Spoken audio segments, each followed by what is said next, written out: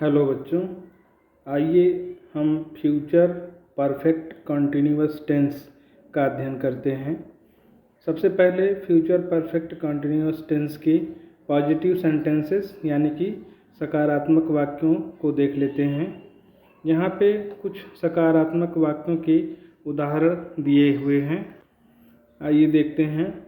पहला है, लड़के 2 घंटे से फुटबॉल मैच खेल रहे होंगे। दूसरा वाक्य देखते हैं, हम 4 बजे से इस विषय पर वार्तालाप कर रहे होंगे। अगला वाक्य देखते हैं, मैं 1 घंटे तक टहलता रहूँगा। अगला वाक्य हम देखते हैं, वह 2 घंटे तक खेलता रहेगा। अगला वाक्य देखते हैं, रेलगाड़ी प्रातःकाल से सायंकाल तक दौड़ती रहेगी।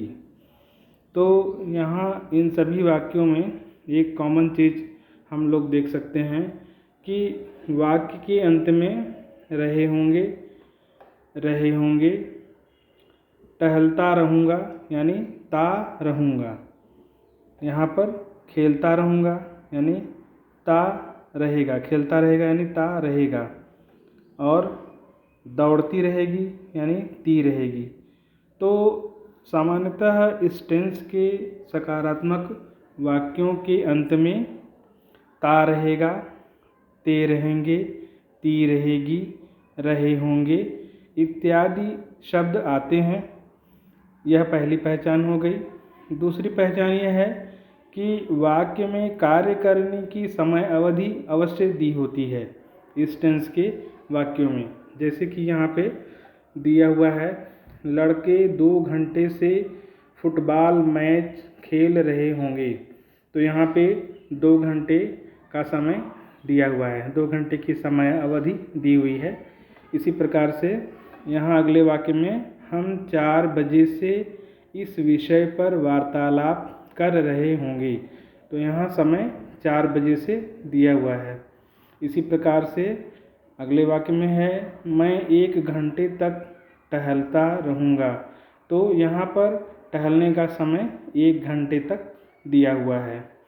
इसी प्रकार से अगले वाक्य में है, वह 2 घंटे तक खेलता रहेगा। तो यहाँ भी खेलने का समय 2 घंटे दिया हुआ है।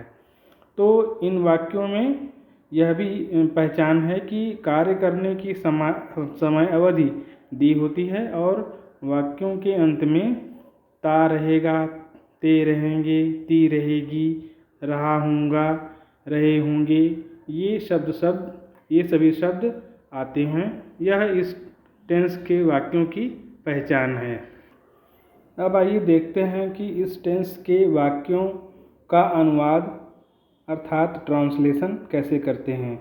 तो यदि वाक्य में कर्ता आई या वी अर्थात फर्स्ट पर्सन का कर्ता आता है, तो आई वी के साथ सहायक क्रिया इसमें शैल हैव बीन लगाते हैं और इसके पश्चात वर्ब और वर्ब के साथ आईएनजी लगा देते हैं। तो इस प्रकार से अनुवाद हो जाता है। और यदि कर्ता ही, शी, यू, इट, दे यानी कि सेकेंड या थर्ड पर्सन का कर्ता होता है, तो उसके साथ सहायक क्रिया लगाते हैं विल हैव बीन, इसके पश्चात वर्ब यानी क्रिया मूल रूप में, और उसके पश्चात आईएनजी लगा देते हैं। तो आइए उदाहरण में हम देखते हैं किस प्रकार से अनुवाद किया गया है। तो यहाँ पर है पहला, लड़के 2 घंटे से फुटबॉल मैच खेल रहे होंगे। तो यहाँ पे सबसे पहले कर्ता लिखा गया है लड़के यानी बॉयज़, द बॉयज़, और इसके बाद सहायक क्रिया जोड़ी गई है विल हैव बीन। तो the boys will have been, और इसके बाद खेलने की अंग्रेजी प्ले यानी क्रिया खेलना, और खेलने की अंग्रेजी प्ले, और उसके साथ आईएनजी जोड़ दिया गया है प्लेइंग। तो हो गया the boys will have been playing the football match for 2 hours। लड़के 2 घंटे से फुटबॉल मैच खेल रहे होंगे। इस तरह से अनुवाद इसका हो गया। अगला वाक्य देखते हैं इसका अनुवाद कैसे हुआ है। हम 4 बजे से इस विषय पर वार्तालाप कर रहे होंगे। तो इसका अनुवाद देखते हैं।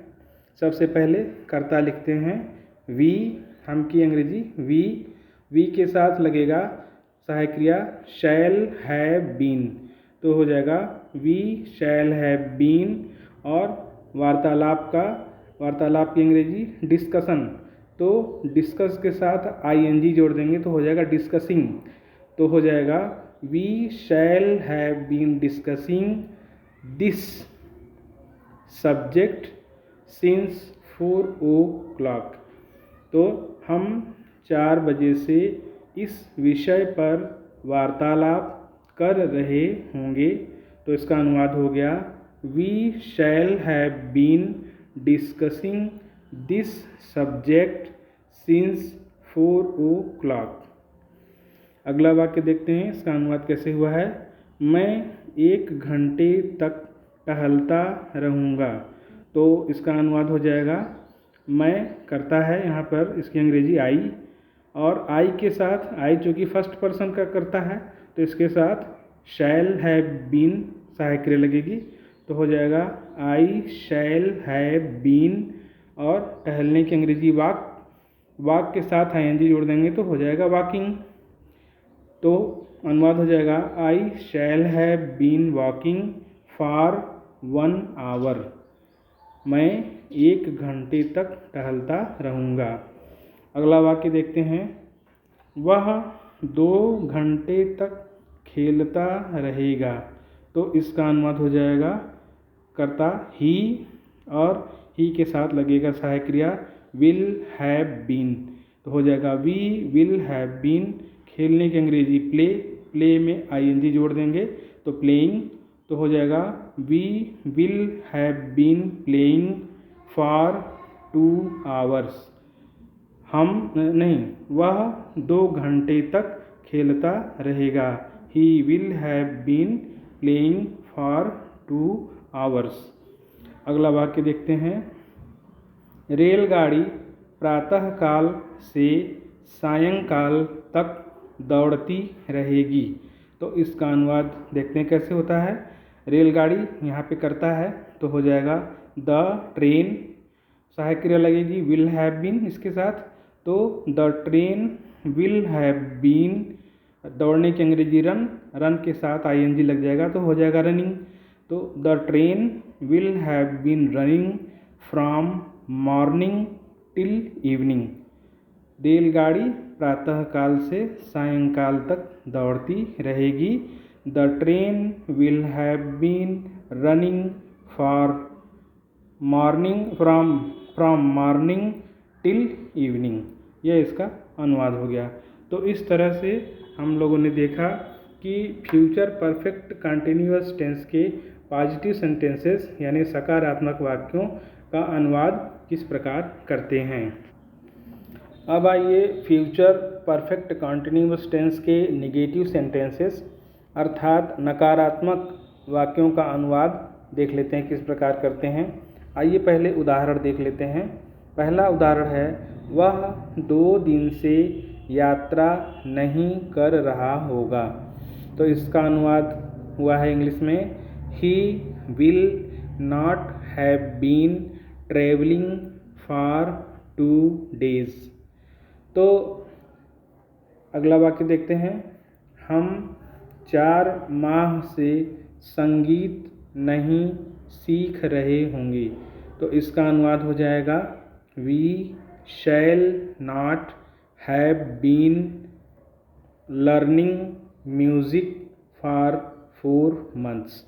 तो यहाँ पर एक चीज़ ध्यान दीजिएगा कि अनुवाद जो है पॉजिटिव सेंटेंसेस की तरह ही हुआ है, सिर्फ इनको नेगेटिव बनाने के लिए विल के बाद नॉट लगा दिया गया है इस वाक्य में, और इस वाक्य में शैल के बाद नॉट लगा दिया गया है।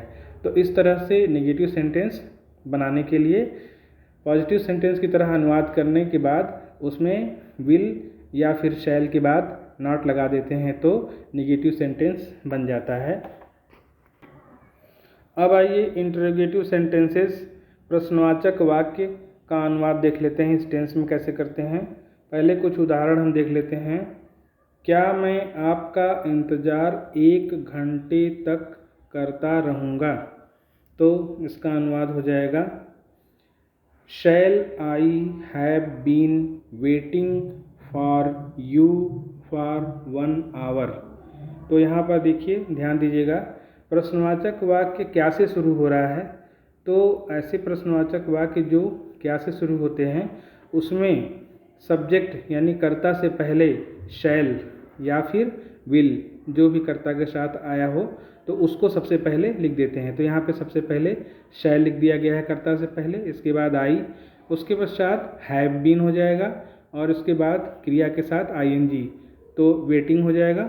तो इसका अनुवाद इस तरह से किया गया, क्या मैं आपका इंतज़ार 1 घंटे तक करता रहूँगा?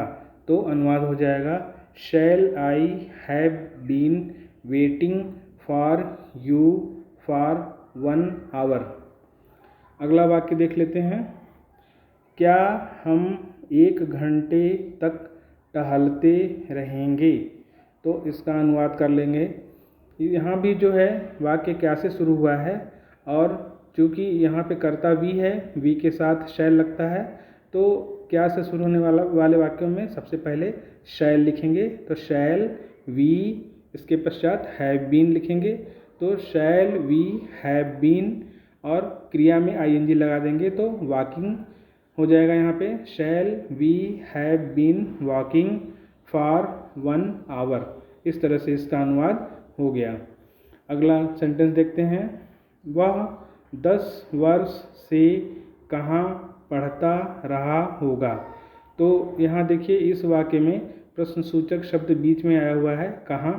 तो ऐसे वाक्यों में सबसे पहले प्रश्नसूचक शब्द की अंग्रेजी लिखते हैं अनुवाद करते समय, तो कहाँ की अंग्रेजी वेयर लिखेंगे। इसके पश्चात जो है विल या शैल जो भी वाक्य में आया हो वह लिखते हैं। तो यहाँ पे ही के साथ कर्ता ही है तो ही के साथ विल लगेगा, तो यहाँ पे विल लगाया गया है। तो यहाँ पे विल लगाया गया है तो हो जाएगा वेयर विल, इसके पश्चात कर्ता ही और इसके पश्चात सहायक क्रिया हैव बीन और फिर क्रिया में आईएनजी लगाकर, तो यहाँ पे रीड है क्रिया तो आईएनजी लगाकर रीडिंग हो जाएगा। तो इस प्रकार से हो जाएगा इसका अनुवाद, where will he have been reading for 2 years। वह 10 वर्ष से कहाँ पढ़ता रहा होगा? तो where will he have been reading for 10 years, sorry हमने 2 बोल दिया था पहले, 10 years यहाँ पे होगा। तो इस तरह से इसका अनुवाद करेंगे। अगला वाक्य देख लेते हैं। वह 2 दिन से क्यों नहीं पढ़ रही होगी? तो यहाँ भी अनुवाद करेंगे इस तरह से। यहाँ पे प्रश्नसूचक शब्द बीच में आया है क्यों, तो क्यों की अंग्रेजी सबसे पहले लिखेंगे तो हो जाएगी वाई, फिर सहायक क्रिया विल, तो यहाँ पे हो जाएगा वाई विल, फिर कर्ता शी, और चूँकि यहाँ नहीं शब्द आया है तो नहीं के लिए कर्ता के तुरंत बाद नॉट लगाते हैं, तो हो जाएगा वाई विल शी नॉट, फिर have been reading for 2 days। तो इस तरह से इसका अनुवाद हो गया, वह 2 दिन से क्यों नहीं पढ़ रही होगी। Why will she not have been reading for 2 days। तो इस तरह से फ्यूचर परफेक्ट कंटिन्यूअस टेंस के इंटरोगेटिव सेंटेंसेस का अनुवाद किया जाता है।